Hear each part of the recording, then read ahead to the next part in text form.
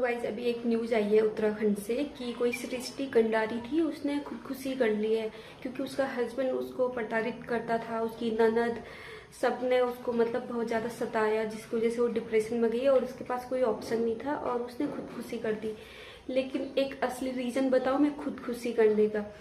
अगर वो शिक्षिका थी, वो बाहर अच्छे से रह सकती थी, उससे अलग होकर डिवोर्स लेके वो अलग से अच्छे से रह सकती थी।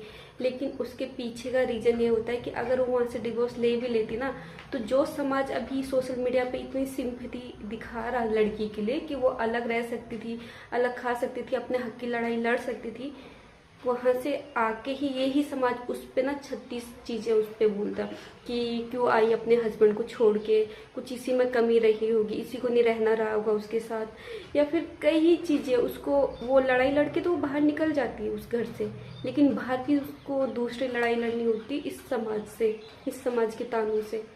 तो इंसान ना एक ही जगह से डिप्रेशन में आ जाता है, उसको अंदर हिम्मत नहीं होती कि अब वो बाहर की दुनिया से फिर लड़े।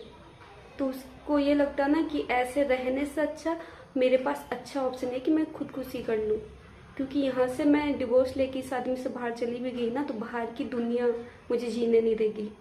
मुझे मेरे कैरेक्टर पे या फिर मेरे माँ बाप के संस्कारों पे हर चीज़ को संस्कार मतलब मेरे ही ऊपर थोपेगी।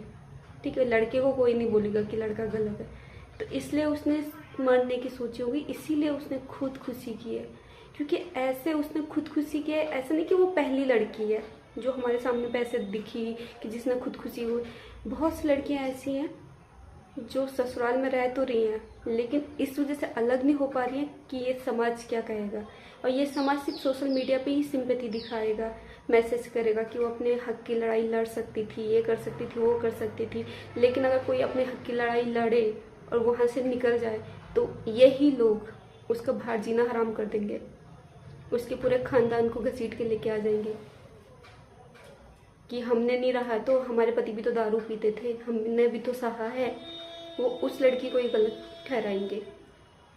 और अभी सोशल मीडिया पे आए बड़े कि उसको नहीं मरना चाहिए था। क्यों नहीं मरना चाहिए था?